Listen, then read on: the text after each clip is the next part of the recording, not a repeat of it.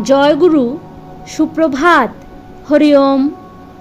ওম অখণ্ড সংহিতা বা অখণ্ড মণ্ডলেশ্বর শ্রী শ্রীমৎ স্বামী স্বরূপানন্দ পরমহংসদেবের অমৃতময় উপদেশবাণী, চতুর্থ খণ্ড। ভগবানকে কে পায়? ভগবানের দিকে যখন মন যেতে চায় তখন প্রেয়সে শ্রেয়ের সঙ্গে লড়াই জুড়ে দেয়। অসার ভোগ লালসা এসে সারাৎসার পরম পদার্থের প্রতি রতিকে নষ্ট করতে চায়। অনিত্য কাম্যবস্তু সকল আশুপ্রীতিকর সুখ সমূহ নিত্যামৃত রসের প্রতি চিত্তকে বিরূপ ও পরম সুখের প্রতি পরাণমুখ করতে চেষ্টা পায়।